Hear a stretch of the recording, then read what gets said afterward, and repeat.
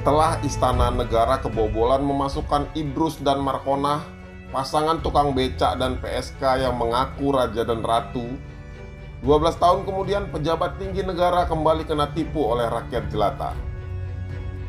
Jika Idrus dan Markonah menipu Presiden Soekarno dan Sultan Hamengkubuwono IX, kali ini giliran Presiden Soeharto dan Adam Malik yang ditipu oleh seorang perempuan tidak tamat SD.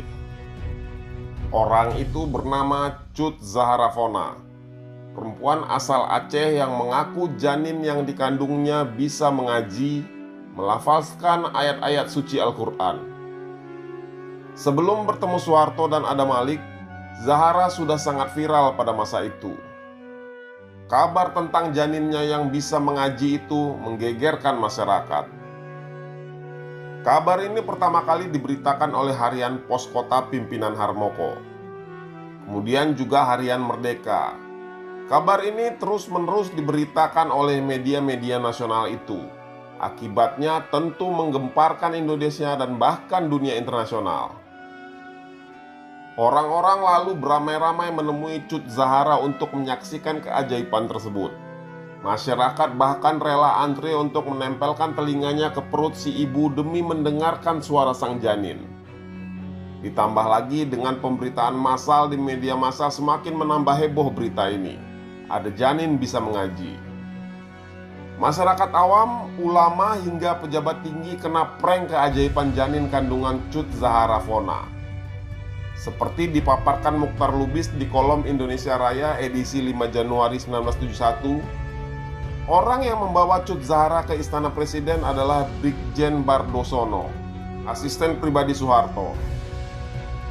Dia memperlihatkan Cut Zahara kepada Presiden sebanyak 3 kali. Adam Malik yang ketika itu menjabat Menteri Luar Negeri bahkan sempat menempelkan kupingnya di perut Zahara Fona untuk mendengarkan lantunan ayat suci Al-Quran. Sejumlah ulama yang dimintai pendapat tentang keanehan tersebut malah memberikan pendapat yang cenderung membenarkan berita aneh itu. Ulama berpendapat janin dalam perut bisa mengaji merupakan bukti kekuasaan Tuhan. Kun fayakun, bila Tuhan menghendaki apapun bisa terjadi. Begitu tanggapan mereka.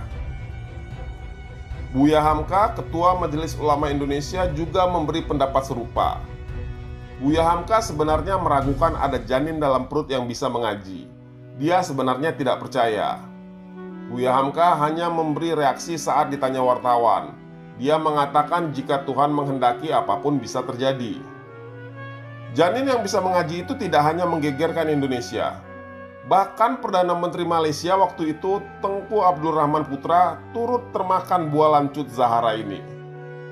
Perdana Menteri Malaysia itu juga percaya janin dalam perut bisa mengaji itu benar adanya. Kalangan medis tentu saja membantah. Kabar ini membuat Ikatan Dokter Indonesia gerah. Dalam pemberitaan koran Indonesia Raya edisi 2 November 1970, ID telah membantah kebenaran kabar tersebut. Sebab dari sisi medis hal itu tidak mungkin terjadi. Namun pernyataan ID itu kalah dengan besarnya arus media yang mempercayai kasus Cut Zahara itu. Kepala Kantor Kesehatan Jakarta, Dr. Herman Susilo, juga menolak fenomena tak masuk akal ini. Dr. Herman menyatakan janin bisa mengaji merupakan hal yang tidak mungkin, sebab bayi dalam kandungan tidak dapat membuka mulut atau bernafas normal sehingga tidak dapat mengeluarkan suara. Tapi karena melawan arus, Dr. Herman bahkan diancam akan dibunuh oleh orang-orang fanatik yang mempercayai bayi tersebut bisa mengaji. Akhirnya kedok Cut Zahara tersingkap setelah perempuan ini berkunjung ke Banjarmasin. Kapolda Kalimantan Selatan, Brigjen Abdul Hamid Swasono, curiga dan tidak percaya ada janin bisa bicara. Kapolda lantas memerintahkan anak buahnya untuk mengungkap kasus itu. Kapolres Banjarmasin ditemani istri dan polwan waktu itu lantas menemui Cut Zahara dan pura-pura ingin mendengarkan suara si janin. Dengan taktik yang jitu, akhirnya si polwan berhasil menyingkap kain Cut Zahara dan menemukan tape recorder di balik kain perempuan itu. Setelah kedoknya terbuka, Cut Zahara pun dipenjara. Ia sempat kabur namun berhasil ditangkap kembali. Tahun 1970-an, Teknologi tape recorder memang masih sangat langka di Indonesia. Hanya kalangan tertentu, khususnya wartawan yang biasa menggunakan tape recorder. Tentu saja masyarakat tidak menaruh curiga pada aksi yang dilakukan Cut Zahara karena mereka tidak tahu apa itu tape recorder. Selain itu, masyarakat pada waktu itu masih sangat religius sehingga gampang percaya hal-hal yang aneh dan ajaib merupakan kehendak Tuhan untuk menunjukkan tanda-tanda kekuasaannya. Tapi bagi Muchtar Lubis, pemimpin harian Indonesia Raya, fenomena ini adalah bukti kedangkalan masyarakat kita yang terlalu percaya tahayul daripada pemikiran yang rasional. Bahkan sekelas pejabat dan para jenderal saja percaya tahayul dan omong kosong ini.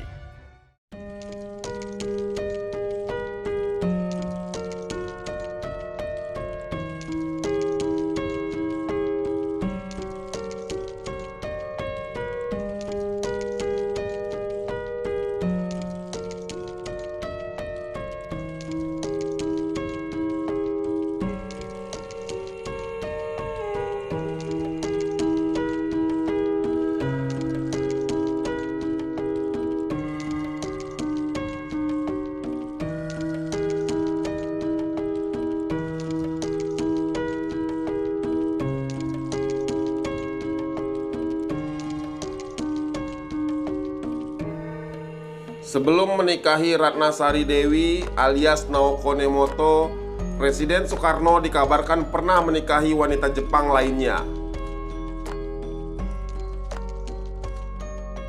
Sakiko Kanase nama perempuan itu. Namun nasib Sakiko berakhir tragis. Dia mati bunuh diri mengiris nadi tangannya sendiri. Saat itu usia Sakiko baru 25 tahun. Sakiko Kanase adalah wanita Jepang pertama yang meraih hati Soekarno sebelum Naoko. Pernikahan itu berlangsung pada tahun 1958 di Jepang. Setelah pernikahan itu, Sakiko Kanase dibawa ke Jakarta dan ditempatkan di kawasan elit Menteng. Dalam laporan jurnalis Richard Susilo yang mewawancarai Yoshiko Sawada, sahabat dari ibunda Sakiko Kanase, menyebutkan bahwa dirinya hadir dalam pernikahan antara Soekarno dan Sakiko yang dilangsungkan di Hotel Daichi di kota Ginza pada tahun 1958. Pertemuan pertama Bung Karno dengan Sakiko sendiri terjadi di Kyoto. Sejak pandangan pertama, Bung Besar sudah merasa tertarik dengan Sakiko. Ketertarikan Soekarno ini tidak disia-siakan oleh Kinoshita Group, sebuah perusahaan Jepang yang memiliki kepentingan menggarap berbagai proyek pembangunan Indonesia dari hasil pampasan perang Jepang. Akhirnya Sakiko masuk dalam bagian lobi bisnis tingkat tinggi grup Kinoshita tersebut.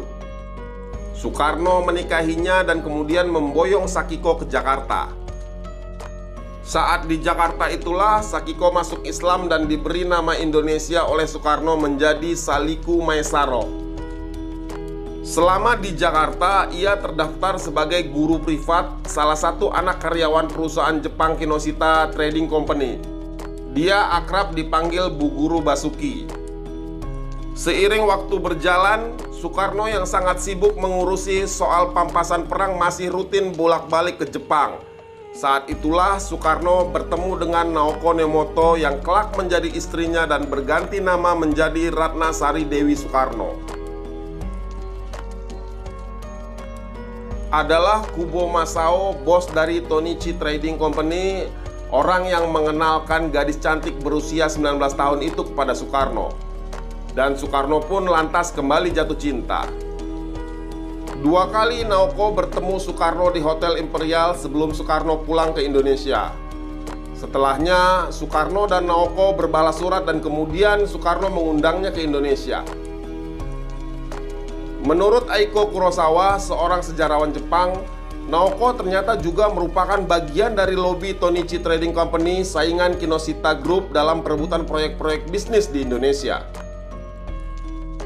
14 September 1959, Naoko alias Dewi Soekarno terbang ke Indonesia. Sesaat setelah tiba di Jakarta, dia menyadari bahwa Kubo memanfaatkan dirinya untuk melancarkan bisnisnya di Indonesia. Akhirnya hubungan Dewi dengan Kubo dan perusahaannya merenggang. Kehadiran Naoko menjadi masalah besar bagi Sakiko. Rasa marah dan cemburu membakar hatinya. Dia merasa frustasi, tercampakkan dan terbuang di negeri orang. Dia juga merasa malu karena Naoko menjadi kekasih favorit Soekarno. 2 minggu setelah kedatangan Naoko, Sakiko mengakhiri hidup dengan cara mengiris urat nadinya. Saat itu Soekarno dan Naoko alias Dewi tengah berkunjung ke Bali sekitar 30 September 1959. Soekarno kaget bukan kepalang dan berurai air mata mendengar berita duka itu. Dia kemudian meminta para bawahannya untuk mengurus pemakaman istri Jepangnya itu dengan baik tanpa menarik perhatian orang-orang dan media. Sakiko dimakamkan di Blok P, namun sekitar akhir 1970-an kabarnya kerangka Sakiko dipindahkan oleh keluarganya ke Jepang.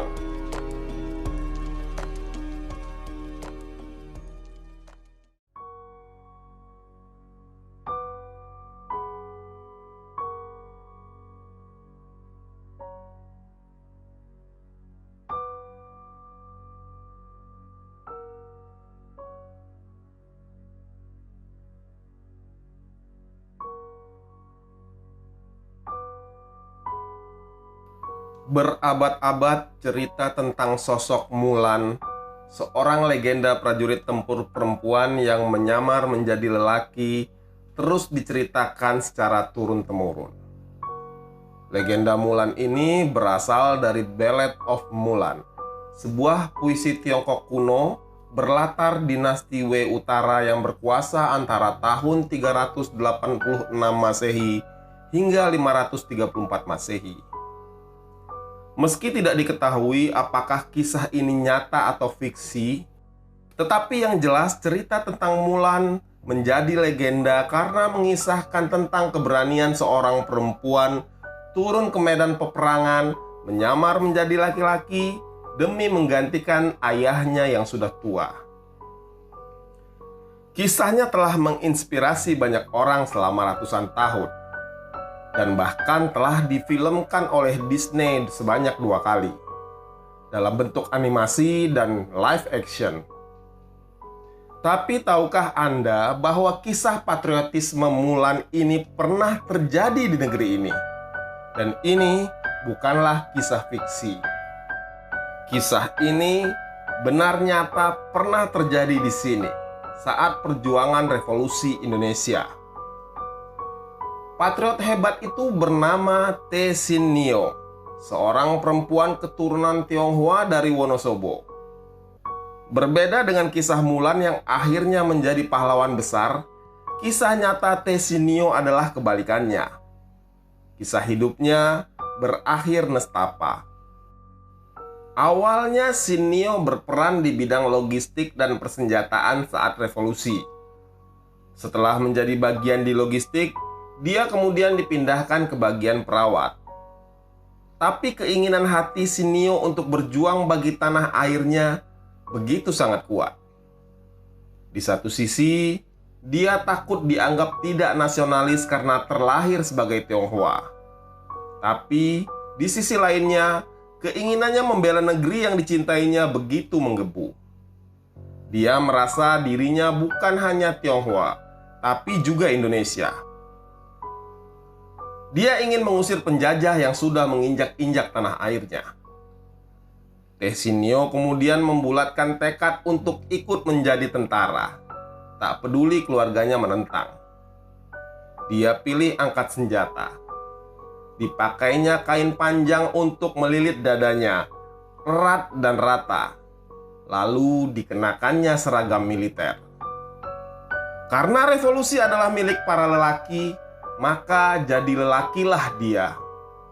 Dia memutuskan untuk menyamar menjadi laki-laki bernama Muhammad Muhsin demi bisa ikut bertempur dan berjuang menjadi seorang gerilyawan. Dengan menyamar sebagai laki-laki, Sin Nio bisa lebih leluasa untuk turut andil bertempur di garis depan.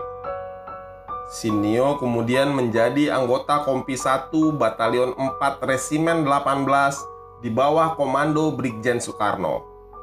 Awalnya, dia hanya bersenjatakan golok dan bambu runcing, tapi kemudian dia berhasil merebut senjata dari pasukan-pasukan Belanda. Tak banyak sejarah yang secara detail membahas mengenai sosok T. Sinio pada masa perjuangan kemerdekaan. Bahkan foto-foto dirinya pun sangat minim. Namun yang pasti, usai perang kemerdekaan, Sang Mulan dari Indonesia itu tidak langsung mendapat perhatian dari negara. Laporan majalah Sarinah edisi 6 Agustus 1984 mengisahkan bahwa dia tidak langsung mendapat status veteran perang. Padahal perjuangannya bertaruhkan darah dan nyawa. Lalu pada tahun 1973, Sinio pergi ke Jakarta demi menuntut haknya sebagai veteran. Dia meninggalkan keluarganya untuk menuntut haknya. Selama 8 tahun dia berjuang mendapatkan pengakuan sebagai veteran. Barulah pada 15 Agustus 1981 pengakuan itu didapatkannya berdasarkan surat keputusan yang ditandatangani Wakil Panglima ABRI Laksamana Sudomo. Meski sudah mendapat pengakuan, namun hak tunjangan veteran Sinio tak kunjung cair.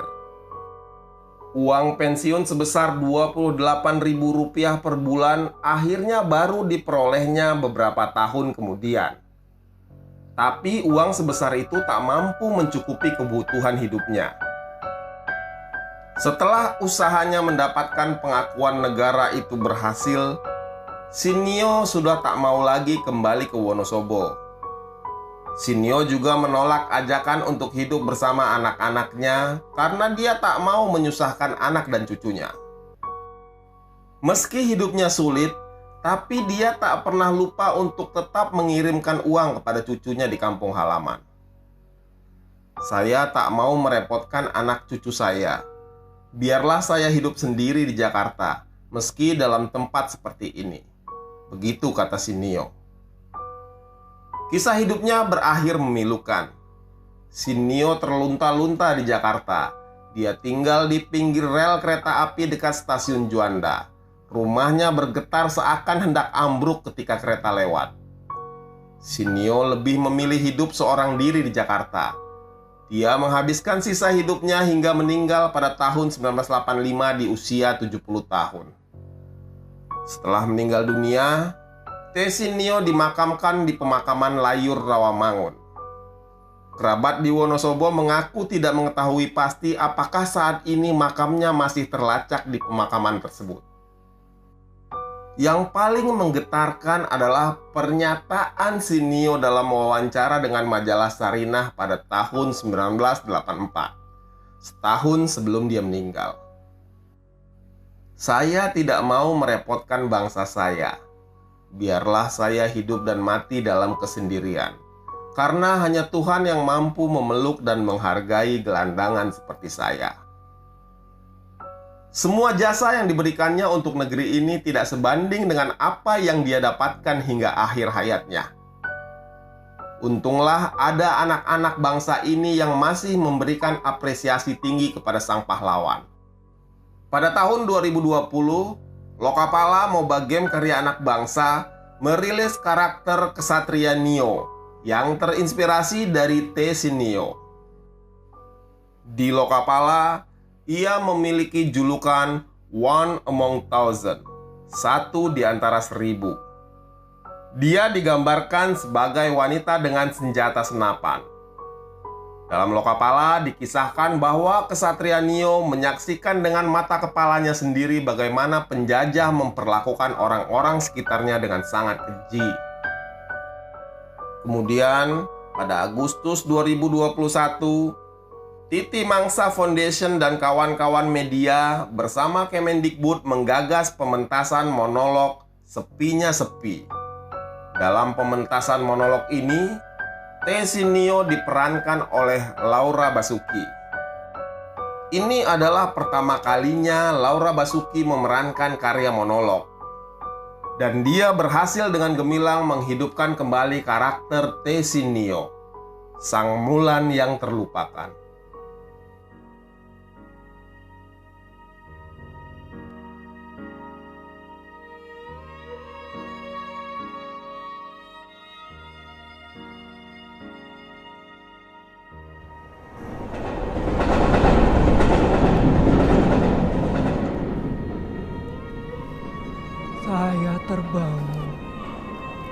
karena suaranya. Begitu kereta itu lewat, saya dibangunkan oleh sepi.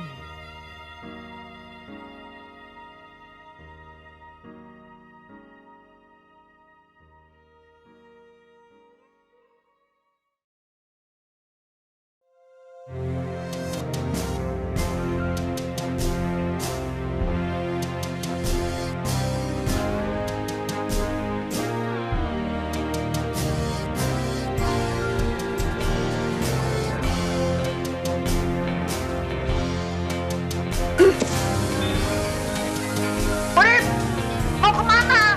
Pulang ke Indramayu? Hah?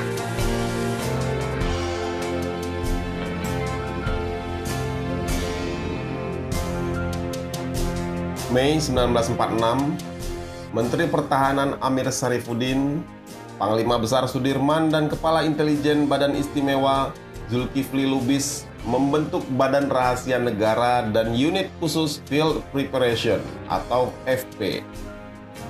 Zulkifli Lubis menjadi ketuanya. FP ini adalah satuan khusus intelijen yang bertugas menyusup ke seluruh pelosok Indonesia untuk mengumpulkan informasi intelijen mengenai kekuatan Belanda dan sekutu. Satuan ini juga bertugas mempersiapkan situasi lapangan dan melakukan operasi gerilya di garis belakang jika musuh menyerang. Zulkifli Lubis merekrut orang-orang berbakat untuk kemudian dilatih menjadi prajurit-prajurit intelijen mumpuni. Sebagian besar berasal dari eks-tentara peta dan pemuda pelajar. Nama-nama tenar seperti Bambang Supeno, Suprapto, dan Cokro Pranolo adalah beberapa yang direkrut dalam satuan khusus ini. Edi Endang, seorang perwira dari pasukan divisi Siliwangi, adalah salah satu yang ikut serta bergabung bersama satuan khusus bentukan Zulkifli Lubis ini. Dia tidak sendirian. Edi membawa serta istrinya yang bernama Sofia. Saat itu usia Sofia 22 tahun. Di satuan khusus ini, Edi berpangkat kapten, sedangkan istrinya Sofia berpangkat sersan mayor. Zulkifli Lubis kemudian menempatkan Sofia dan Edi untuk beroperasi di Purwakarta. Baru beberapa bulan pasangan suami istri itu tinggal di Purwakarta, militer Belanda melakukan agresinya yang pertama pada 21 Juli 1947. Demi melangsungkan perjuangan, kedua sejoli ini kemudian menyingkir ke Garut. Namun sesampainya di sana, situasi dan tugas membuat mereka harus berpisah. Sofia bertahan di markas FP, sedangkan suaminya bersama pasukannya bergerilya ke hutan. Militer Belanda terus mendesak pasukan Republik.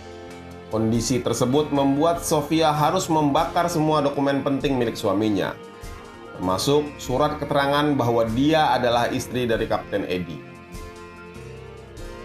Suatu hari, Sofia mendapat kabar bahwa suaminya diculik lalu dibunuh secara kejam oleh laskar yang menjadi bagian kelompok tentara pemberontak DITII.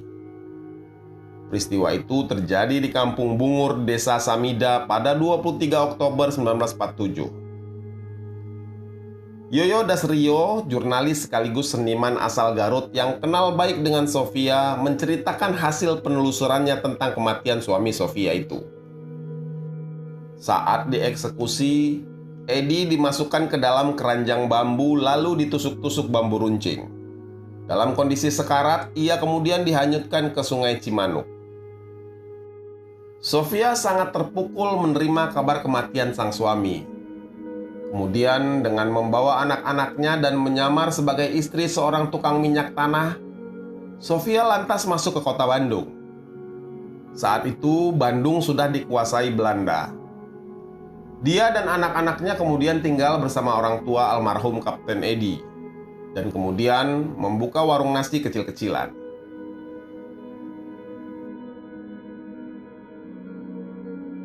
Kematian suaminya masih sangat membekas dalam bagi Sofia.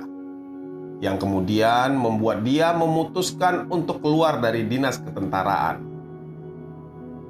Menjelang keluar dari dinas militer, sebenarnya Sofia sempat dekat dengan seorang perwira tentara angkatan udara. Nama pria itu Wagino Dahrin Mukhtar, atau biasa dikenal sebagai WD Mukhtar. Saat itu WD Mukhtar juga anggota Satuan Khusus Field Preparation dari Jogja yang sedang bertugas di Palagan, Karawang, Bekasi. Kedekatan mereka itu tidak berlanjut karena Sofia masih belum bisa lepas dari bayang kematian suaminya. Ditambah lagi, kondisi revolusi yang serba tak menentu pada saat itu. Suatu hari, warung nasi Sofia didatangi oleh rombongan kru Vivi Young Tunnel Cans, sebuah perusahaan pementasan sandiwara milik artis Vivi Young.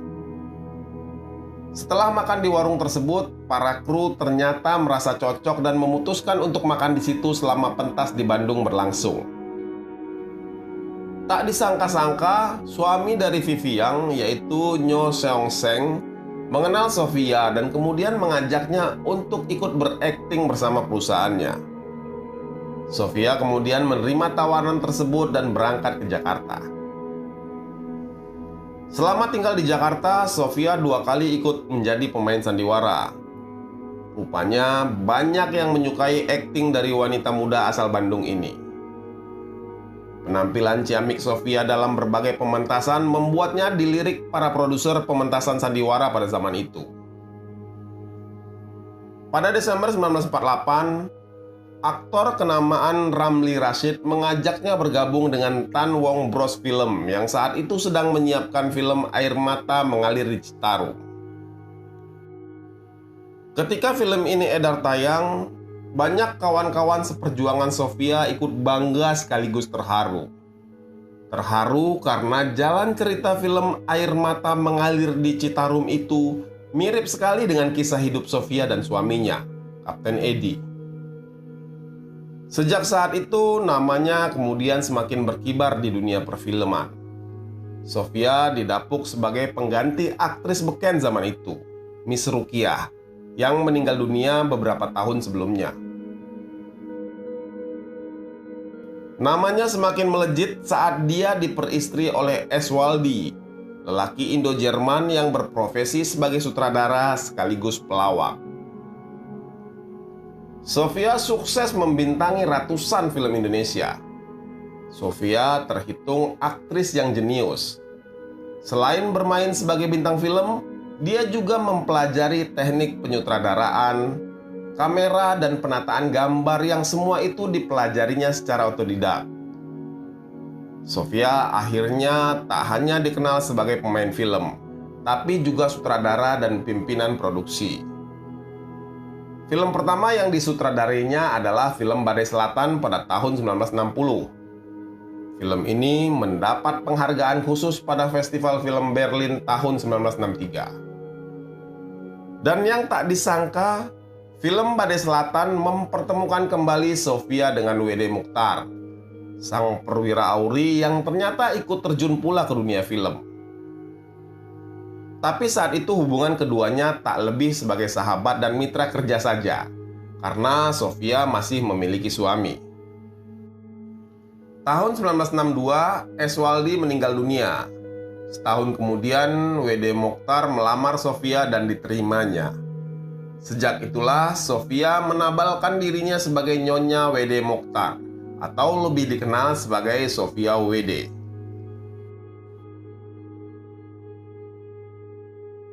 Bersama WD Mukhtar, Sofia mendirikan Libra Film yang memproduksi film-film laga seperti Si Bego dari Muara Condet, Singa Betina dari Marunda, dan Si Bego Menumpas Kucing Hitam. Kiprah Sofia sebagai sutradara dan aktris semakin bersinar. Banyak filmnya yang diganjar penghargaan. Salah satunya film Mutiara Dalam Lumpur, yang menempatkan Sofia sebagai pemain watak terbaik dalam Piala Citra tahun 1973. Sofia WD juga ikut berperan dalam film Pengkhianatan G30 SPKI sebagai pemeran pendukung.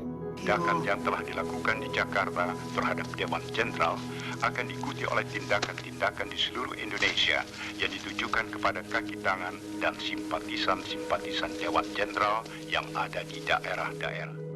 23 Juli 1986, dunia perfilman Indonesia berduka. Sofia Wede meninggal dunia di Rumah Sakit Cikini pada usia 62 tahun. Sebagai veteran perang, ia dimakamkan secara militer di Taman Makam Pahlawan Kalibata. Para penggemar, sanak saudara dan pengagumnya berduyun-duyun mengantarkan jenazah sang seniman pejuang itu menuju persemayaman terakhirnya.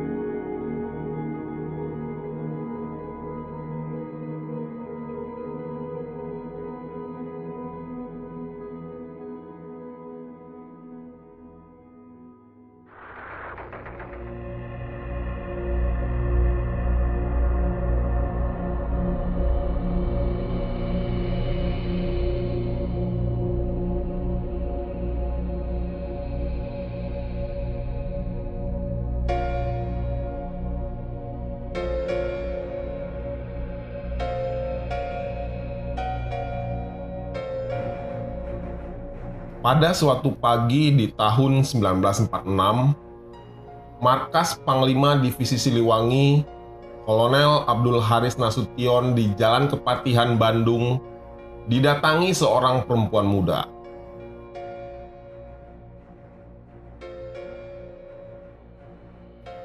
Perempuan itu datang dengan menunggang kuda.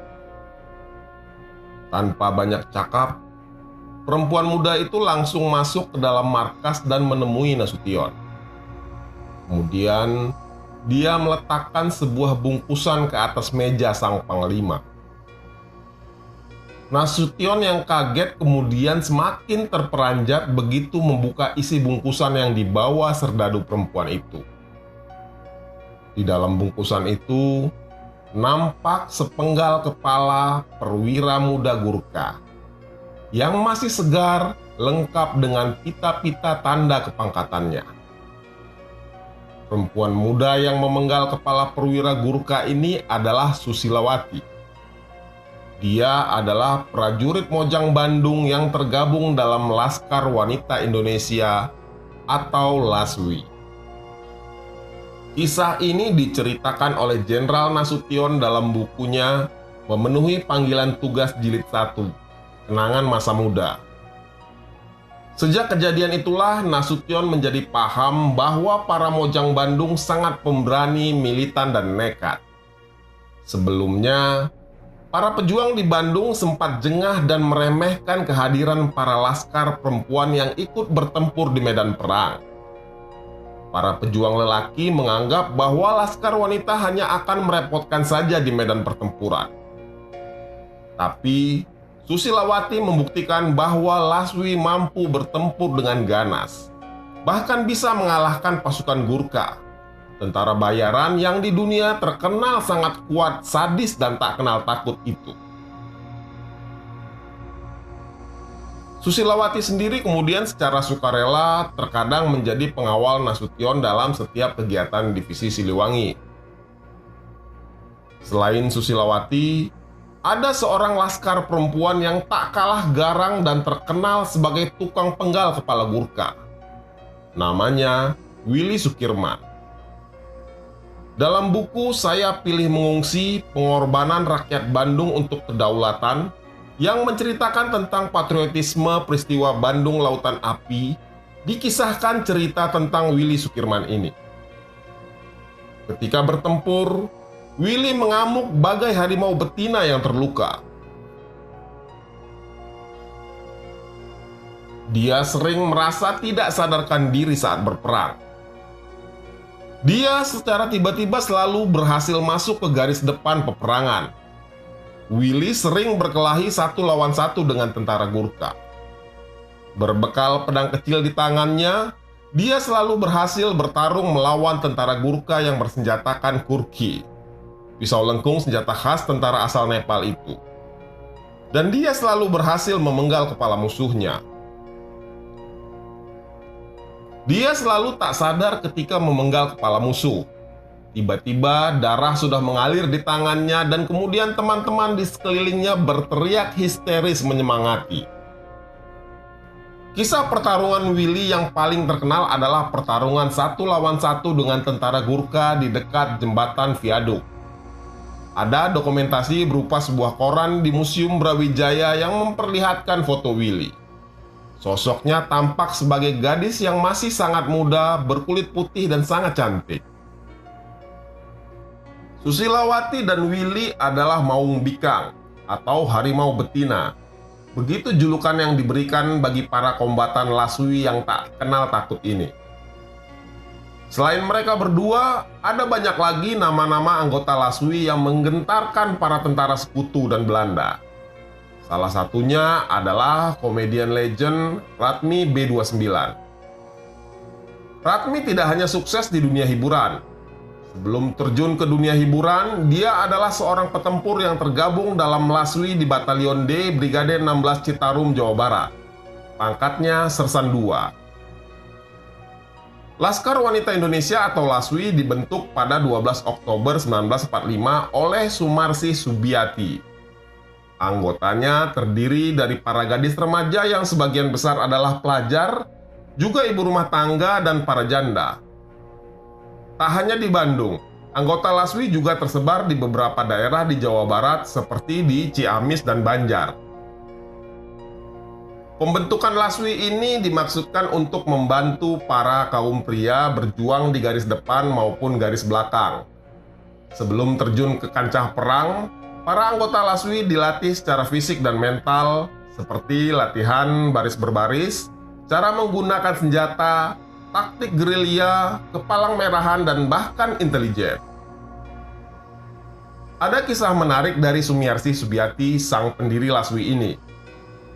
Pada suatu hari, tanggal 17 Desember 1945, saat Kongres pertama Perwari, Persatuan Wanita Indonesia, terjadi perdebatan dan saling lempar argumen di antara para anggota Perwari. Kongres itu kemudian menjadi sangat bertele-tele. Alur pembicaraan semakin tidak jelas. Sebagian peserta saling lempar argumen dan tidak mau mengalah. Lalu, tiba-tiba terdengar suara lantang yang terkesan sangat galak dari barisan belakang. Terlihat seorang perempuan bersepatu lars, berseragam hijau lengkap dengan pistol di sisi kanannya, berdiri menegur para perempuan yang saling berselisih itu. Pakaian yang dikenakannya sangat kontras dengan kebaya dan selendang yang dikenakan para perempuan lain dalam Kongres Perwari itu. Dia adalah Sumarsi Subiati, pemimpin Laskar Wanita Indonesia. Dia berkata, "Ibu-ibu, mengapa hal yang kecil-kecil dibicarakan sampai berlarut-larut? Ingat, ini masa perjuangan, masa revolusi. Di garis depan, kalau sesuatu soal tidak dapat dibicarakan dan diselesaikan dengan mulut, kami selesaikan dengan senjata." Begitu tegas Sumarsi. Laswi bukan laskar main-main. Para anggota Laswi adalah laskar yang terdiri dari para mojang Bandung yang terkenal sangat militan dan pemberani dalam pertempuran melawan Nika dan sekutu.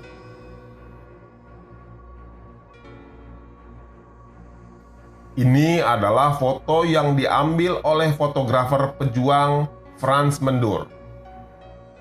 Dalam foto ini nampak seorang perempuan muda yang cantik dengan kepang 2 di rambutnya, memegang senapan, duduk di atas jeep rampasan dari sekutu. Dia adalah salah satu maung bikang anggota Laswi. Namanya Tuti Amir Kartabrata.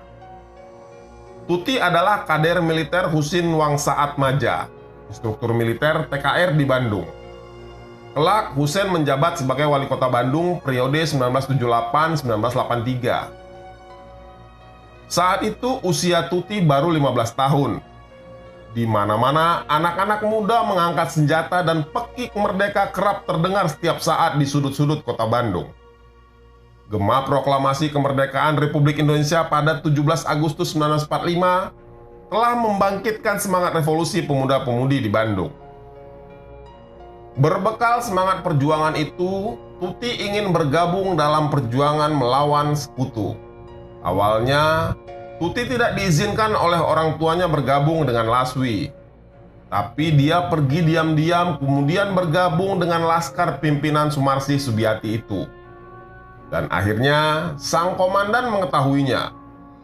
Tuti lalu diperintahkan oleh Sumarsih untuk pulang meminta izin kepada orang tuanya.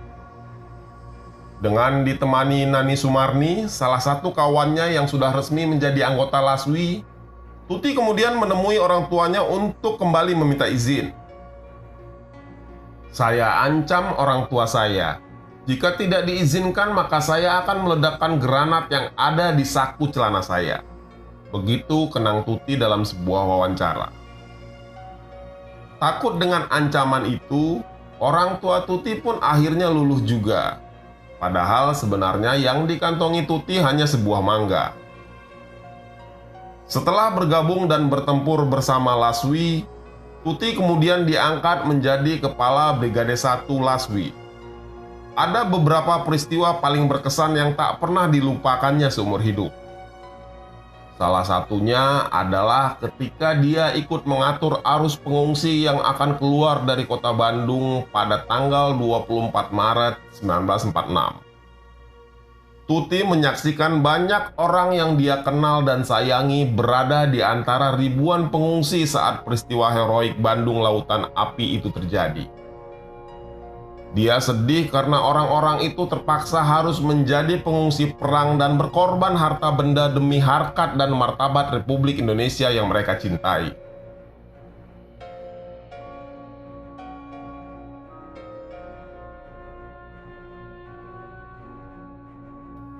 Sosok Tuti sendiri kemudian dijadikan inspirasi oleh Pematung Sunaryo, seorang pematung kota Bandung alumnus seni rupa ITB. Sosok Tuti dijadikan sebagai model monumen Laswi yang berdiri di Jalan Perintis Kemerdekaan Kota Bandung. Monumen ini menggambarkan seorang serdadu perempuan berdiri gagah dengan senapan di tangannya. Patung Laswi diresmikan pada tahun 1981 untuk menghormati para Maung Bikang, para harimau betina tanah Sunda yang membuat ciut nyali para penjajah.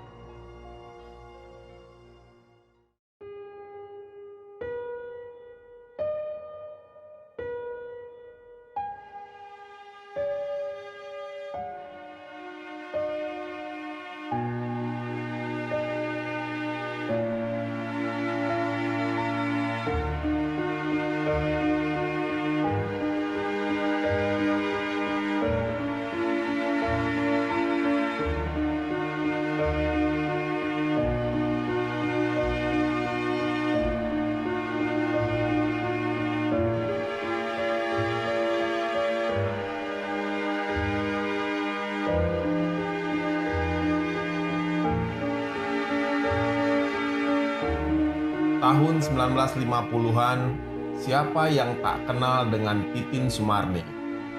Artis cantik yang membintangi banyak film terkenal. Sukses yang diraih Titin tidak main-main. Dia pernah dinobatkan sebagai Ratu Layar Perak. Bahkan dia mendirikan studio film sendiri. Dia menjadi kaya, memiliki beberapa mobil dan beberapa rumah. Tapi hal itu tak berselang lama. Semuanya kemudian berbalik. Dia depresi karena menjalin skandal dengan orang-orang penting. Kisah akhir hidupnya sangat tragis. Dia meninggal dunia dalam kemiskinan dan kesendirian. Kematiannya bahkan menuai kontroversi. Isunya dia meninggal diracun oleh salah seorang mantannya. Karir keartisannya bermula saat dia diperkenalkan pegawai studio film Golden Arrow Harun Al-Rasyid kepada sutradara Raden Arifin yang hendak membuat film. Dia lalu diajak bermain dalam film Seruni Laju pada tahun 1951. Sebelum memulai karirnya, Titin Sumarni ternyata sudah menikah dengan Mustari, seorang pegawai jawatan perekonomian Tasikmalaya. Mereka menikah pada tahun 1948. Saat itu Titin masih berusia 16 tahun, sementara Mustari yang seorang duda berusia 32 tahun. Selekta edisi 4 Juli 1966 menulis, Mustari mengizinkan Titin terjun ke dunia film. Dunia gemerlap yang akhirnya malah menjerumuskan Titin pada skandal-skandal percintaan dengan orang-orang penting. Seperti dilansir dari tulisan Fandi Hutari di alinea.id 8 Januari 2019, dikisahkan bahwa awal kiprah Titin di dunia film tidaklah mulus. Titin pernah bermain dalam film-film produksi studio film raksasa Persari milik Jamaluddin Malik dengan judul film Pengorbanan pada tahun 1952 dan Lagu Kenangan pada tahun 1953. Menurut Raden Linggawisnu dalam buku Rahasia Hidup R.A. Titin Sumarni, Titin dicoret dari Persari lantaran pernah bermain sandiwara yang disponsori rokok kretek. Tapi akhirnya jasa Titin kembali dipakai Persari beberapa tahun kemudian. Tahun 1953, nama Titin mulai terkenal setelah sukses membintangi film Putri Solo, produksi Bintang Surabaya. Dia menjadi rising star, pamornya terang benderang. Pada tahun 1954, dia pernah dinobatkan sebagai Ratu Layar Perak melalui angket yang diadakan majalah Dunia Film dan Kencana. Bintang keberuntungan terus berada di pihaknya. Di tahun yang sama, dia bahkan berhasil mendirikan studio film sendiri dengan brand Titin Sumarni Motion Picture. Studio film milik Titin ini menghasilkan beberapa judul film seperti Putri dari Medan, Mertua Sinting, Tengah Malam, Sampah, dan Saidah Putri Pantai. Semua film itu diproduksi antara tahun 1954 sampai tahun 1956. Selain sebagai produser, seluruh film ini juga dibintangi oleh dirinya sendiri. Meski sudah memiliki studio film sendiri, Titin juga tetap mengambil peran di beberapa studio film lain, termasuk bermain dalam film Lewat Jam Malam, sebuah film legendaris produksi gabungan Perfini pimpinan Usmar Ismail dan Persari pimpinan Jamaluddin Malik.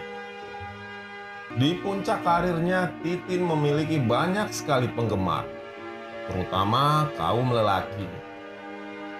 Titin pun terkenal sangat cantik. Tahi lalat di kiri atas bibirnya menjadi daya tarik dan ciri khasnya. Selain cantik, aktingnya pun mumpuni. Bahkan Presiden Soekarno pun menyukai akting Titin. Dunia film pada saat itu menyamakannya dengan Marilyn Monroe. Beberapa waktu setelah ia meraih sukses, ia bercerai dengan Mustari dan menikah dengan Sairang, seorang pengusaha kopra kaya dari Sulawesi Utara. Setelah menikah dengan Sairang, kehidupan Titin bukannya membaik. Bahkan pernikahannya dengan Sairang disebut-sebut sebagai awal dari kehancuran kehidupan Titin. Setelah pernikahannya yang kedua itu, nama Titin hilang bak di telan bumi.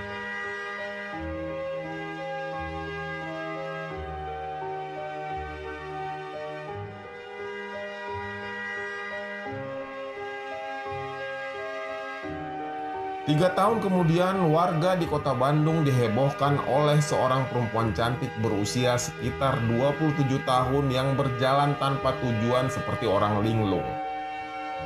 Tanpa alas kaki, dia terus menyusuri jalan kota kembang. Sementara di belakangnya berduyun-duyun anak-anak hingga orang dewasa mengikutinya. Anak-anak meneriakinya orang gila. Hari itu, Jumat 7 Agustus 1959, perempuan yang berjalan linglung dan terlihat depresi itu ternyata adalah Titin Sumarni, bintang film terkenal dari ibu kota itu. Lalu seorang petugas kepolisian menghentikan langkahnya. Polisi ini mengenali sang artis cantik itu. Dia lalu meminta bantuan seorang supir truk untuk mengantar Titin ke rumah familinya. Majalah Selekta edisi 4 Juli 1966 menuliskan bahwa Titin berjalan-jalan tanpa alas kaki dengan pakaian yang kumal karena sedang depresi berat. Dia sedang kecewa karena lelaki yang menghamilinya tidak mau bertanggung jawab. Lalu, dia depresi dan berjalan tanpa arah di kota Bandung. Laki-laki yang dituntut tanggung jawab oleh Titin bukan orang sembarangan. Dia adalah seorang pengusaha kaya bernama Muhammad Yahya Ali. Yahya yang juga kolega ayah Titin enggan bertanggung jawab pada bayi yang dikandungnya hingga berujung keguguran. Kala itu, pikiran rakyat memberitakan sang artis meminta ganti rugi sebesar 5 juta rupiah kepada Yahya. Majalah Selekta juga menyebut ada beberapa lelaki lain yang bermain api dengan Titin. Dan para lelaki itu bukan orang-orang sembarangan.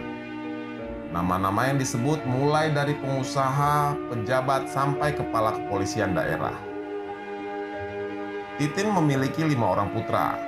1 dari Mustari, suami pertamanya. Selebihnya lahir dari ayah yang berbeda-beda. Harian Berita Yuda edisi Jawa Barat pernah membeberkan wawancara Titin Sumarni sebelum meninggal soal ayah dari anak-anaknya. Selain nama Muhammad Yahya Ali, disebut-sebut juga sosok bernama Enoh Danubrata. Dia bukan orang sembarangan. Dia adalah mantan kepala polisi komisariat Jawa Barat, berpangkat akhir Brigjen Polisi. Disebutnya nama Enoh tentu sangat menggemparkan kala itu. Sang kepala polisi langsung menyanggah kabar itu dengan siaran pers melalui penerangan Komdak 8 Jawa Barat. Enoh membantah keras pernyataan Titin dan mengatakan tak pernah kawin dengan artis tersebut. Enoh kemudian menambahkan sanggahannya dalam siaran pers dari Pendak 8 Jawa Barat. Dalam siaran pers itu dia menjelaskan pada 1959 Titin memang pernah terlibat dalam sebuah skandal seks dengan sejumlah pejabat tinggi di Bandung. Lalu, masih mengutip Selekta edisi 13 Juni 1966, demi menyelamatkan Titin, persoalan skandal seks itu kemudian diambil alih oleh kepolisian. Kebetulan saat itu Enoh masih menjabat kepala polisi komisariat Jawa Barat. Menurut pengakuan Enoh, tenaga Titin kemudian dimanfaatkan oleh kepolisian sebagai informan lepas untuk peristiwa khusus. Dalam hubungan dengan dipakainya tenaga Titin itu bukan berarti saya telah mengawininya. Begitu kata Enoh seperti dikutip Selekta 13 Juni 1966. Enoh menyebut bahwa Titin pernah menyalahgunakan namanya, lalu dia dipecat. Dan mungkin karena sakit hati akhirnya ia tak segan-segan membuat sensasi mengotori nama saya. Begitu jelas Enoh. Setelah kejadian Titin yang linglung berjalan kaki di kota Bandung itu, dia kemudian dirawat seorang tukang becak di Cianjur dalam keadaan sakit parah dan miskin. Tak lama di sana, dia diboyong ke Bandung lalu diserahkan ke seorang dukun klinik bernama Mama Aceng untuk dirawat. Sebenarnya pada medio tahun 50-an, Titin pernah mengalami sakit yang juga parah. Buku Rahasia Hidup R.A. Titin Sumarni menyebut, ketika dirinya masih berada di puncak karir, Titin diguna-guna orang. Dirinya pernah mengeluh sakit perut hingga muntah darah. Usai dijampi-jampi oleh seorang dukun dari Tasikmalaya, dari dalam perutnya keluar sebilah bambu sepanjang sekitar 10 cm. Ketenaran dan kesuksesan Titin saat itu mungkin membuat beberapa saingannya di dunia film iri dan kemudian mengguna-gunainya. Tapi sepertinya penyakit dan akhir hidup Titin lebih pedih ketimbang diguna-guna. 2 bulan tinggal di rumah Mamah Aceng, Titin kemudian ditemukan seorang wartawan bernama Hayat Tatos Kusuma.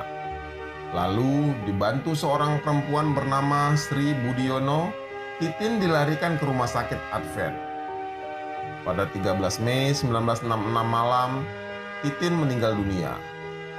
ada kejanggalan dalam kematian Titin.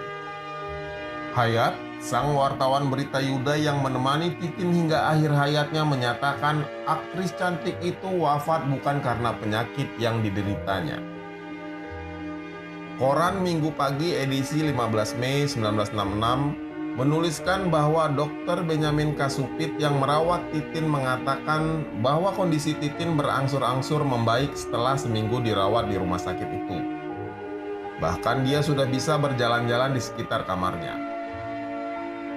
Akan tetapi sebelumnya Titin sempat memakan makanan kiriman dari luar. Padahal Dr. Supit sudah berulang kali mengingatkan Titin untuk tak makan sembarangan yang tidak dikontrol pihak rumah sakit. Dari penyelidikan dalam usaha menyelamatkan Titin Sumarni, akhirnya ditemukan suatu makanan yang diduga menyebabkan keracunan Titin.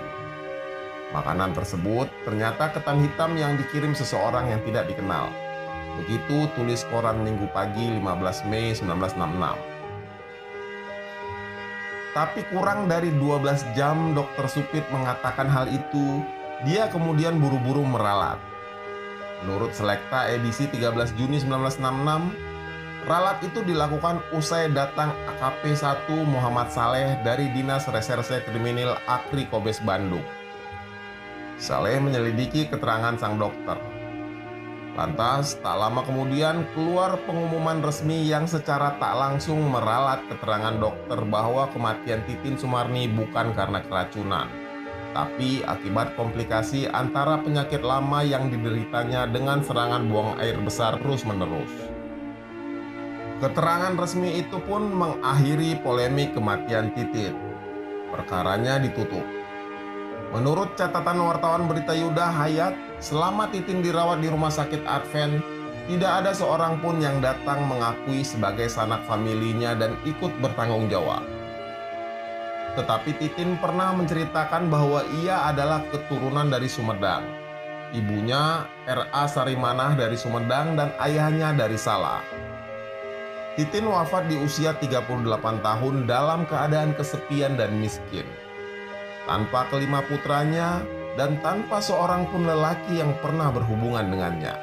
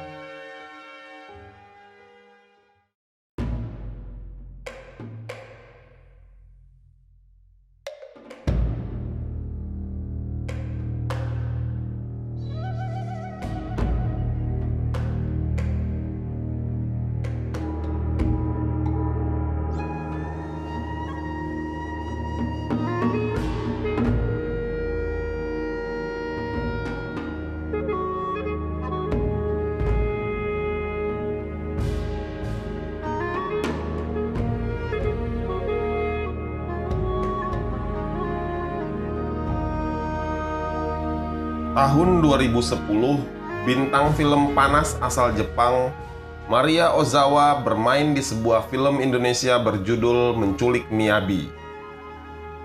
Maria Ozawa dipilih membintangi film bergenre komedi dewasa ini sepertinya memang ditargetkan untuk memancing minat penonton dengan sensasi bahwa dirinya adalah mantan bintang film biru.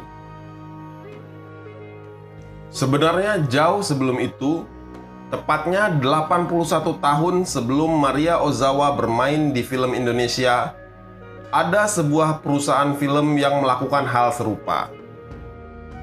Demi memancing minat penonton, mereka mendatangkan artis sensasional dan berani untuk membintangi sebuah film. Ketika itu, negeri ini masih bernama Hindia Belanda. Adalah Nansing Film Corporation, sebuah perusahaan film kongsi Cina di Batavia yang memproduksi sebuah film bisu berjudul Resia Borobudur. Film ini diproduksi pada tahun 1928 dan tayang pada tahun 1929. Film ini bergenre petualangan dan misteri. Nansing Film dengan berani mengontrak bintang film asal Shanghai yang terkenal, berani dan sensasional. Artis itu bernama Olive Young alias Young Ailey. Saat itu usianya baru 26 tahun. Pada masa itu, Olive Young cukup terkenal di dunia perfilman karena dia berani memerankan adegan-adegan yang pada saat itu dianggap sangat tabu, apalagi bagi orang timur. Olive Young berani beradegan ciuman dengan lawan mainnya. Selain itu, dia juga berani tampil dengan pose-pose menggairahkan di majalah-majalah. Sepertinya, keberanian Olive Young ini disebabkan pengaruh dari film-film di Amerika. Di Tiongkok, wajah Olive Young hampir setiap hari muncul di surat-surat kabar.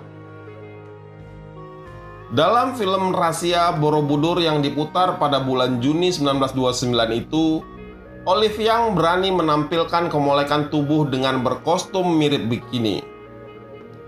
Adegan tersebut merupakan adegan paling terbuka yang pernah ada dalam sebuah film di Hindia Belanda pada masa itu. Film ini menceritakan tentang seorang gadis bernama Yang Pei Fen, diperankan oleh Olive Young, datang dari dataran Cina ke Jawa demi mencari sebuah benda berharga yang tersimpan di dalam Candi Borobudur. Dari sebuah buku catatan ayahnya, Yang Pei Fen mengetahui bahwa benda berharga yang tersimpan di Candi Borobudur adalah sebuah toples berisi abu Buddha Gautama. Penjaga candi yang bernama Ganda Swasti gagal melarang Yang mencari toples itu. Saat Yang berusaha mencari, dia berselisih paham dengan Ganda. Bahkan teman Ganda sempat menyerang Yang dengan ilmu hitam. Di dalam candi, Yang menemukan pintu bawah tanah dan memasukinya. Tapi ternyata di dalam ruangan tersebut terdapat gas beracun.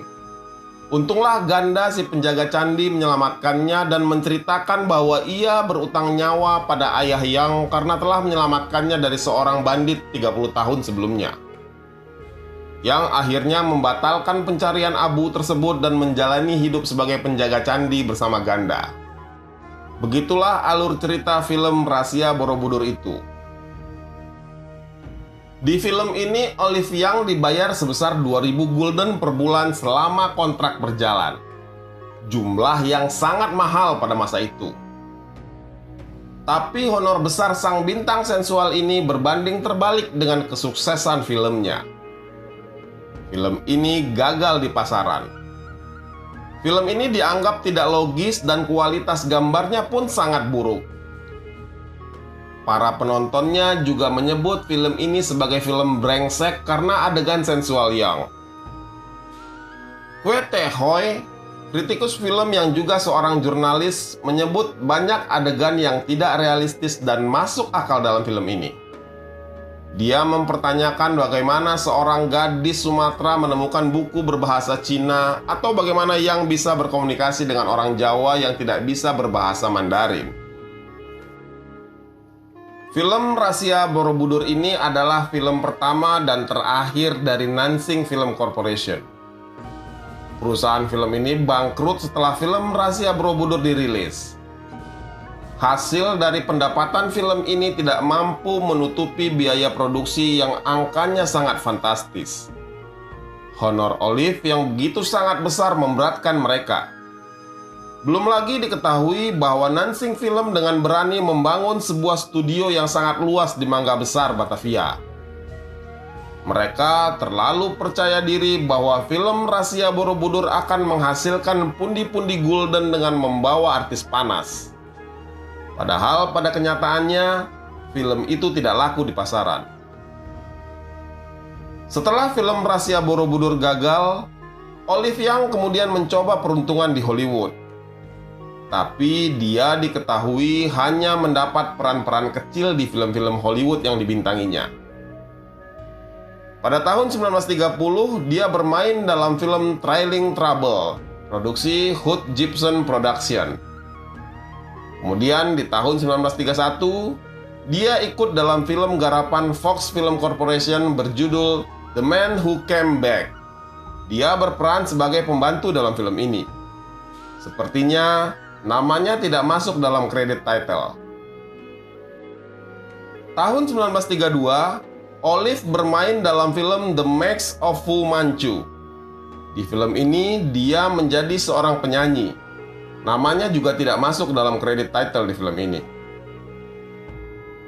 Nampaknya kegagalan film Rahasia Borobudur turut menurunkan popularitasnya. Padahal sebelumnya Olive banyak bermain di film-film terkenal di Shanghai. Film-film itulah yang membuat namanya melambung di dataran Tiongkok. Ahmad Sunjadi dalam buku Tabu di Nusantara menyebut bahwa keberanian Olive beradegan sensual dapat dilihat dari latar belakang kehidupannya. Olive adalah gadis Cina yang lahir di Amerika. Dia lahir pada tahun 1903 di Saint Joseph, Missouri. Ayahnya, Dr. Mung Fung Yang, adalah seorang tabib yang berpraktik di kota itu. Keluarganya sempat pindah ke Hong Kong, tapi tahun 1910 kembali pindah ke San Francisco. Dan pada tahun 1920, Olive Yang kembali ke Tiongkok dan dia memulai karir keartisannya di Shanghai. Dia lalu menjadi perhatian publik karena pada Oktober 1920 dia mencoba kawin lari. Saat itu usianya baru 17 tahun. 8 tahun setelah film terakhir yang dibintanginya, tidak lagi terdengar kabar Olive Yang. Hanya kabar duka tentang meninggalnya Olive Yang diketahui publik pada tanggal 5 Oktober 1940. Dia meninggal di usia yang relatif masih muda. Olive Yang meninggal di usia 37 tahun.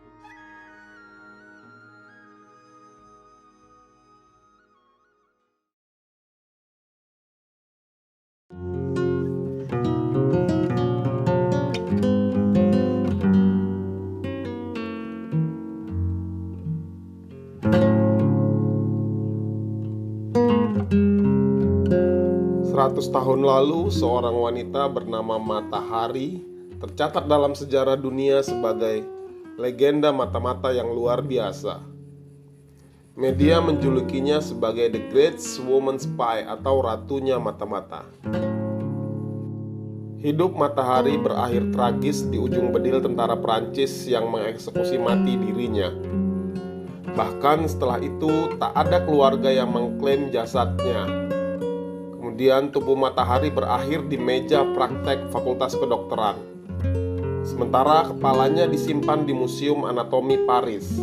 Pada tahun 2000 baru diketahui bahwa kepala Matahari hilang dari museum itu. Bisa dibilang Matahari adalah Black Widow dunia nyata. Matahari adalah seorang agen intelijen cantik, seksi, dan menarik.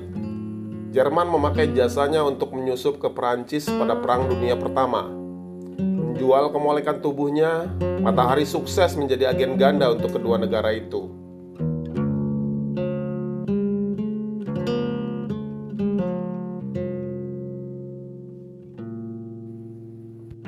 Fakta menariknya, Matahari pernah tinggal di Indonesia semasa zaman Hindia Belanda.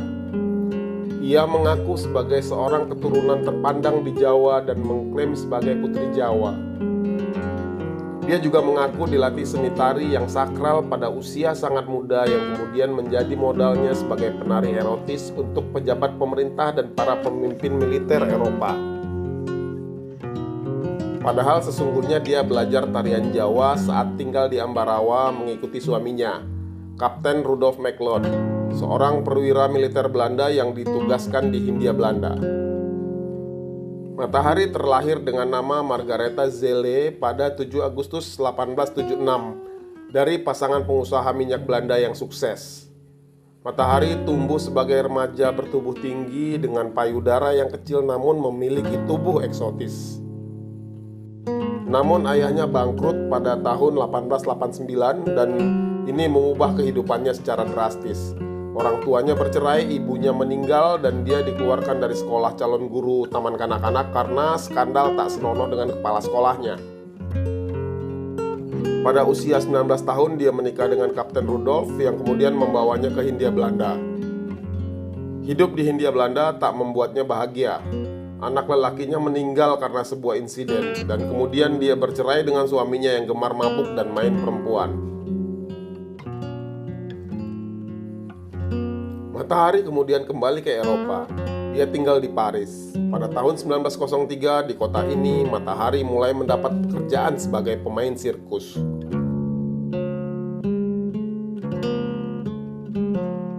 Dua tahun kemudian menjadi titik balik hidupnya. Dia menampilkan tarian erotis yang dipertunjukkannya di atas panggung Musée Guénet untuk para bangsawan dan tokoh-tokoh terkenal. Sejak saat itu dia menjadi sangat terkenal dan menjelma menjadi selebritis sekaligus sosialita. Dirinya mulai dekat dengan banyak pejabat, pengusaha, dan perwira-perwira militer.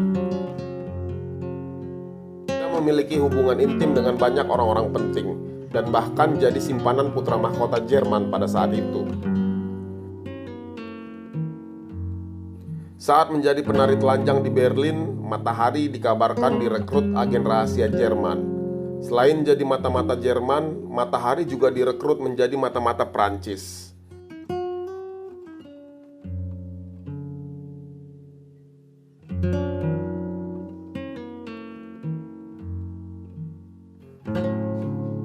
Pada 13 Februari 1917, Matahari ditangkap aparat Prancis. Dia dituduh sebagai agen ganda.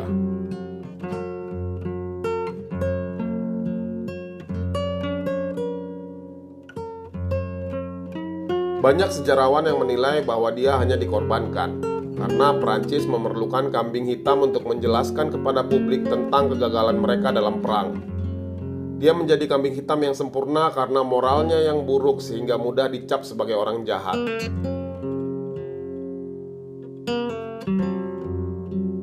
Di pengadilan, Matahari disebut sebagai agen mata-mata Jerman dan berhasil mengorek rahasia dari para perwira sekutu yang menidurinya.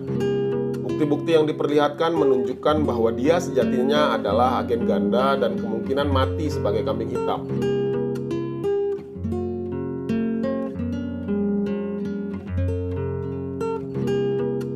Namun ada dokumen transkrip interogasi tentang dirinya pada Juni 1917 yang membuktikan bahwa Matahari mengakui perbuatannya.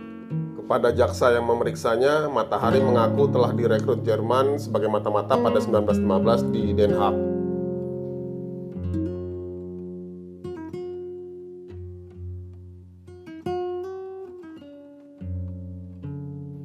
Pagi itu, Senin 15 Oktober 1917, sebuah kendaraan milik militer Prancis terlihat bertolak dari penjara Saint-Lazare di Paris.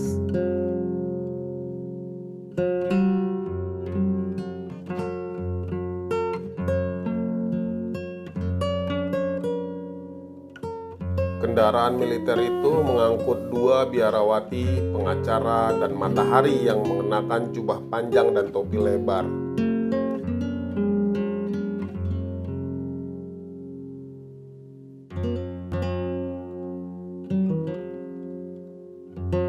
Senin itu adalah hari terakhir Matahari. Dia dibawa ke suatu tempat untuk dieksekusi mati pada hari itu.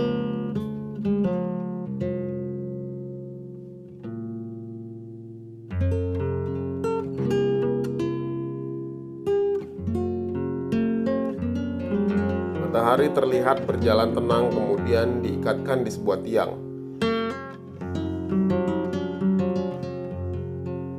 Dia menolak matanya ditutup. Dia sempat melambaikan tangan ke pengacaranya.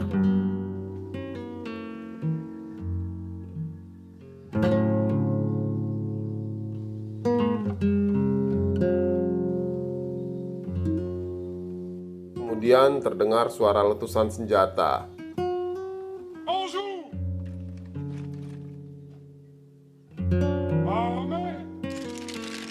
Dan kisah hidup Matahari yang luar biasa itu pun berakhir tragis.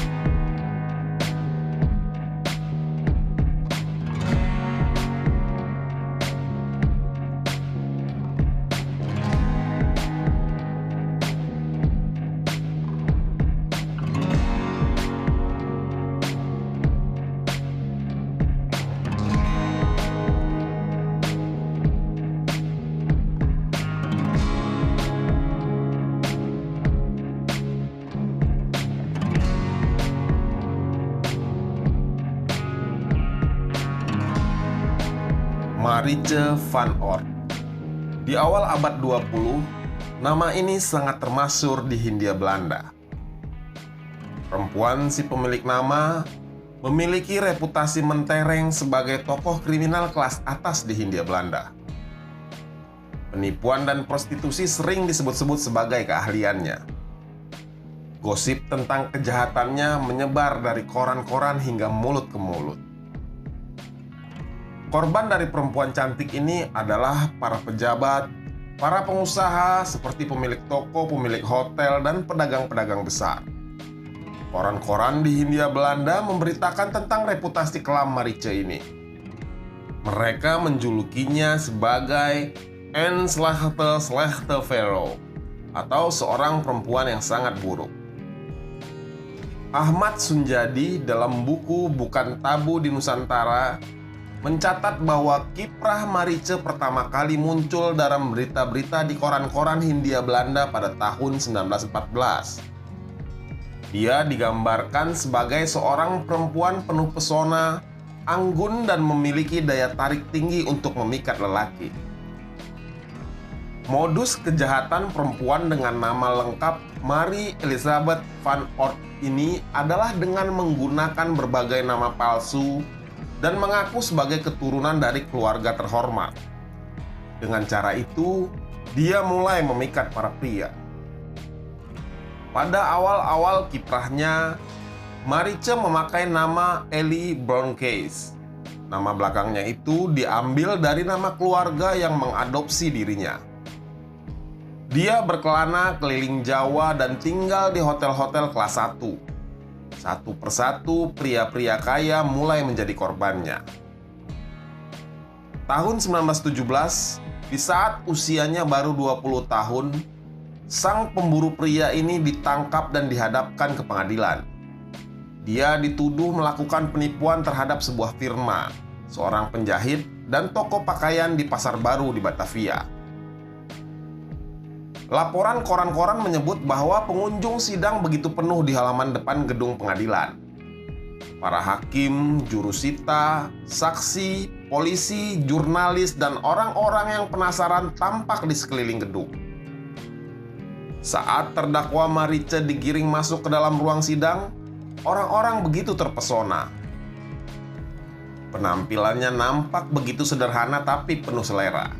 Berpakaian putih, stoking putih, sepatu hak tinggi putih, dan rambut pirang dengan potongan penuh gaya. Begitu catat koran Batavia Nieuwsblad edisi 11 Desember 1917. Sidang pengadilan itu kemudian memutus dia bersalah, dan Marice kemudian harus dijebloskan ke penjara selama 2 tahun. Sebelum menjadi kriminal terkenal, sebenarnya Marice memiliki latar belakang kisah masa kecil yang sangat kelam. Ibunya, Cecil Elizabeth van Oort, adalah anak haram seorang pengacara. Sejak remaja, sang ibu diusir oleh keluarganya hingga terpaksa hidup di sebuah kampung. Ayah Marice tidak dikenal. Mungkin dia seorang Indo-Eropa atau bahkan mungkin seorang pribumi Indonesia. Marice lahir di Surabaya 23 Oktober tahun 1897. Tapi karena ibunya tidak mampu atau tidak mau merawat dirinya, Marice kemudian diserahkan ke panti asuhan yang dikelola oleh suster-suster Ursula di Surabaya. Marice kemudian diadopsi pasangan Bronkheiss yang merawat dan mengirimnya ke sekolah. Tapi pasangan ini meninggal ketika Marice berusia 12 tahun. Marice kemudian menghabiskan waktu di asrama Bala Keselamatan di Surabaya. Pada usia 14 tahun, dia melarikan diri dan mulai memasuki dunia prostitusi dan penipuan. Penjara di tahun 1917 itu nampaknya tidak cukup membuat Marice jera. 10 tahun kemudian, sekitar awal tahun 1927, perempuan ini kembali membuat ulah. Dia berhasil menggoda seorang pejabat di Surabaya. Marice berhasil membuat janji dengan sang pejabat di sebuah hotel. Dan benar saja, sang pejabat bak kerbau dicocok hidungnya. Dia mau saja masuk ke dalam perangkap sang pemburu laki ini. Ketika si pejabat datang, Marice sudah siap diserambi kamar hotel dengan gaun tidurnya. Dengan cara khasnya yang menawan dan mempesona, Marice dengan mudah mampu menghangatkan pembicaraan.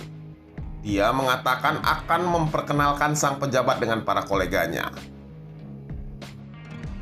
Saya punya foto-foto mereka dan akan saya tunjukkan kepada Tuan jika Tuan bersedia masuk ke dalam kamar. Begitu Marice membujuk pejabat itu.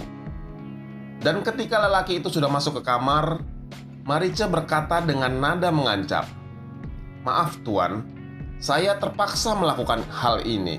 Saya butuh 1000 gulden.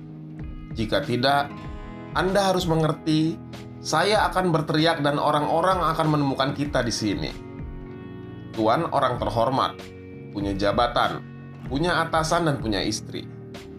Begitu kata Marice seperti diberitakan oleh Tilburgse Courant yang terbit pada 10 Maret 1927. Pejabat itu kemudian sadar bahwa dia sudah dijebak. Mau tidak mau, dia harus mengeluarkan uang sebesar 1000 gulden untuk menutup mulut Marice. Begitu lebih baik daripada dia harus kehilangan jabatan dan istrinya. Ternyata wilayah perburuan Marice tidak hanya di Pulau Jawa. Dia juga merambah ke Sumatera, terutama di kota Medan. Di kota ini dia kembali dituntut hukuman tahanan selama 9 bulan karena penipuan dan pemalsuan surat. Pada awal tahun 1930-an, Marice bekerja di Hotel De Boer di Medan. Dia diduga bekerja sebagai perempuan penghibur yang kerap mengunjungi hotel itu. Di hotel ini pula lah dia bertemu dengan J. Simpson, seorang pria Inggris yang berbisnis perkebunan di Medan. Kemudian mereka menikah pada tahun 1935. Kabarnya mereka sempat tinggal di Singapura. Tapi sejak saat itu kabar tentang Marice hilang bak di telan bumi. 3 tahun kemudian, tepatnya tahun 1938, data dari arsip keluarganya mencatat bahwa Marice telah kembali ke Batavia. Dia diketahui menjalin hubungan dengan seorang pria Jawa bernama Raden Philip Sudargo. Mereka diketahui mengadopsi seorang anak laki-laki bernama Robi dan sempat tinggal di Batavia, Salatiga, dan Semarang. Hubungan Marice dan Sudargo berlangsung hingga pertengahan tahun 1945. Marice sendiri pada masa pendudukan Jepang sempat tertangkap dan masuk dalam kamp tawanan orang-orang Belanda yang dibuat Jepang. Tapi untungnya dia selamat. Kisah kriminal Marice ini bahkan ditulis dalam sebuah karya sastra oleh Charles Edgar Duperron, seorang penyair dan penulis Belanda berpengaruh pada masa itu. Perron menulis sebuah roman berjudul Hetland van Herkomst yang menceritakan tentang seorang perempuan muda yang cantik yang mahir menipu. Dalam sebuah wawancara dengan wartawan Java Bode di penjara Glodok pada tahun 1928, Marice mengatakan bahwa dirinya bukanlah seorang perempuan yang buruk, tapi dunialah yang telah membuatnya menjadi begitu. Tahun 1957, Marice pindah ke Singapura. Dia berhasil masuk dalam komunitas masyarakat Inggris dengan memakai nama Alan Simpson. Awal 1960-an, dia pindah ke Kuala Lumpur. Surat-surat yang ditujukan kepada keluarga dan putranya menunjukkan bahwa Marice telah jatuh miskin. Dalam surat-surat tersebut terungkap rasa bersalah tentang kehidupan masa lalunya. Dia menyesal dan mohon pengampunan. Marice van Oort alias Alan Simpson meninggal dunia 13 Maret 1974 di usia 77 tahun. Dia dimakamkan di Kuala Lumpur dalam sebuah upacara yang sederhana.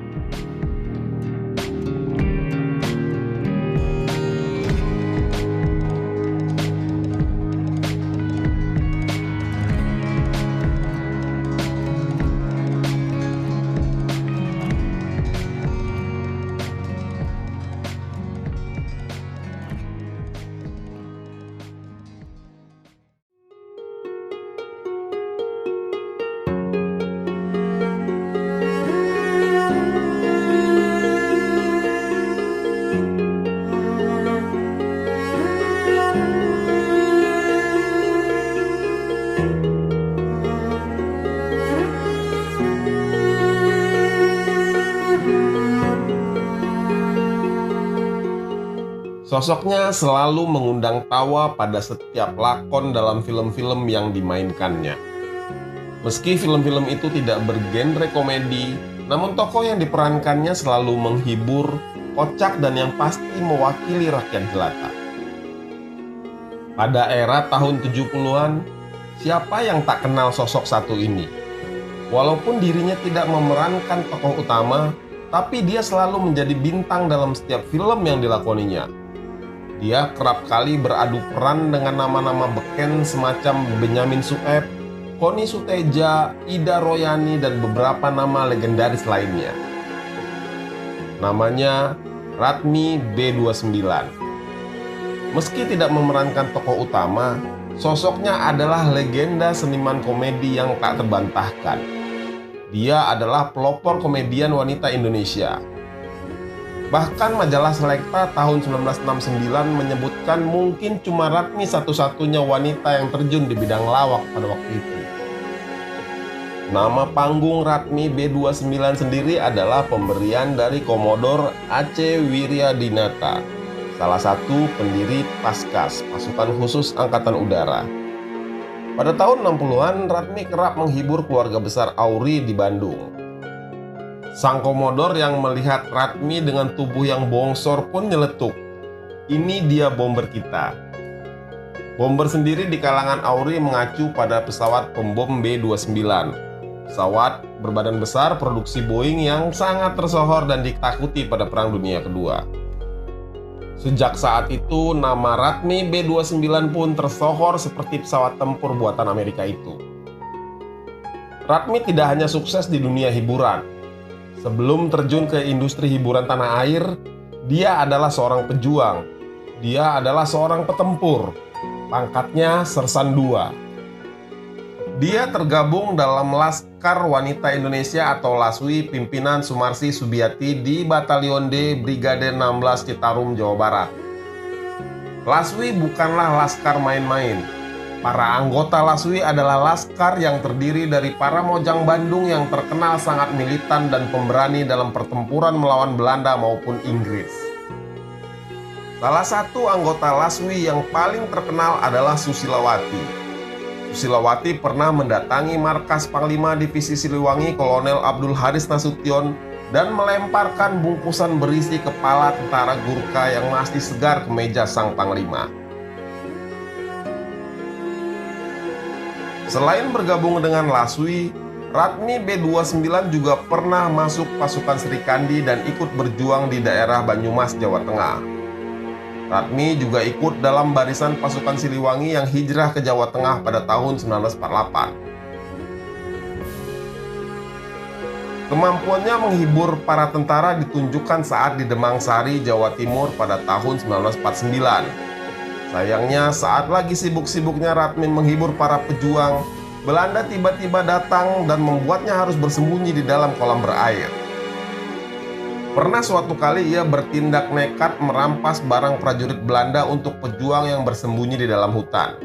Barangnya tidak hanya sandang dan pangan, tapi juga pomade, sabun, sisir, dan keperluan bersolek lainnya. Kiprah Ratmi dalam perjuangan revolusi Indonesia membuat dirinya dianugerahi berbagai tanda kehormatan oleh negara.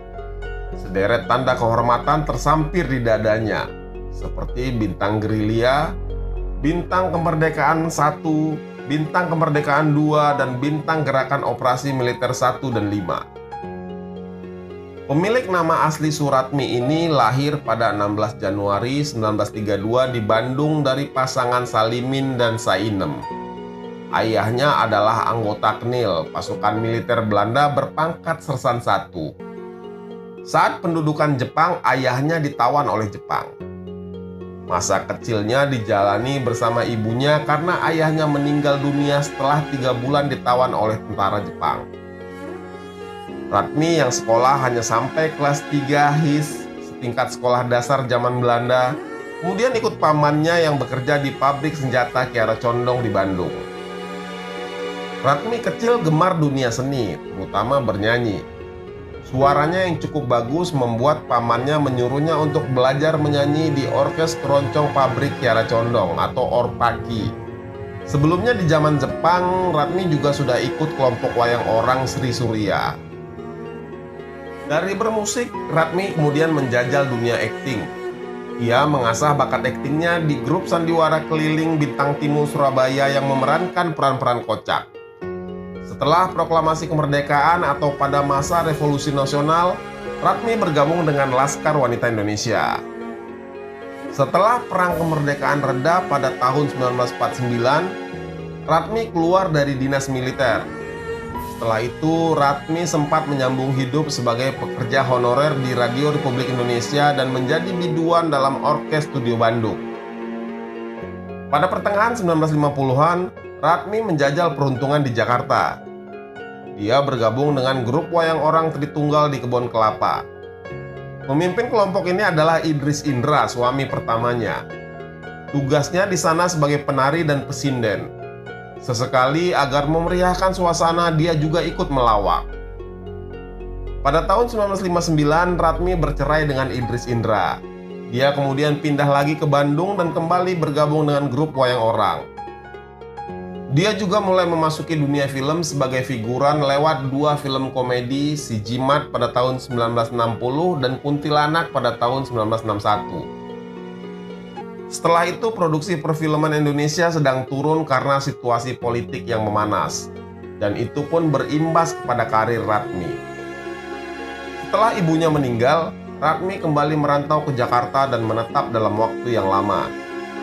Jalannya di dunia komedi terbuka berkat Bing Slamet, seniman lawak yang juga menjadi mentor dari Benyamin Sueb. Hingga tahun 1976, tak kurang 20 judul film dibintanginya. Beberapa di antaranya adalah Bing Slamet Dukun Palsu produksi tahun 1973, Paul Sontoloyo tahun 1974, Raja Jin Penjaga Pintu Kereta tahun 1974, Si Bagong Mujur tahun 1974, dan Tiga Jenggo di tahun 1976. Semasa hidupnya ada sekitar 32 film telah dibintanginya. Ratmi juga memiliki grup lawak bersama Letnan 1 Saparbe Noto Widagio atau yang lebih dikenal dengan nama Pak Bendot. Pak Bendot pensiun dari TNI tahun 1971, kemudian bersama Letnan Polisi Slamet Harto, pemeran tokoh Gareng di acara Ria Jenaka TVRI, diajak Ratmi mendirikan grup lawak. Tarif manggung mereka sangat fleksibel, tergantung siapa penyelenggaranya. Mereka pernah dibayar 50.000, tapi jika penyelenggaranya bank atau departemen pemerintahan, mereka berani meminta 500.000. Tapi kemudian grup lawak Ratmi dan Pak Bendot ini bubar pada akhirnya. Produk sabun B29 ini kemudian sukses di pasaran. Tak hanya di Indonesia, tapi juga di negara-negara di benua Afrika. Sabun B29 bahkan menjadi produk sabun Indonesia pertama yang diekspor ke benua tersebut. 31 Desember 1977, sehari sebelum pergantian tahun, Ratmi B29 meninggal dunia ketika sedang menyelesaikan film Direktris Muda. Dia meninggal dalam usia 45 tahun di Makassar, Sulawesi Selatan. Ratmi meninggal karena serangan jantung. Menurut salah seorang rekannya, Ratmi B29 hendak naik pesawat menuju Surabaya untuk merayakan tahun baru di sana. Namun, Ratmi kemudian jatuh pingsan kurang lebih setengah meter dari tangga pesawat dalam dekapan sang suami, Didi Sugandi. Ratmi menghembuskan napas terakhir dalam perjalanan menuju rumah sakit. Jenazah Ratmi kemudian dibawa ke Jakarta. Sesampainya di Bandara Jakarta, peti jenazah yang diselubungi kain bendera merah putih sudah menunggu Ratmi untuk mengantarkannya ke peristirahatan terakhirnya. Ratmi dimakamkan di Taman Makam Pahlawan Kalibata dengan upacara militer kenegaraan. Penguburan jenazah Ratmi diiringi barisan tentara dan tembakan salvo. Veteran perang yang menghibur rakyat Indonesia itu pun pergi meninggalkan karya dan jejak perjuangan yang tercatat dalam tinta sejarah.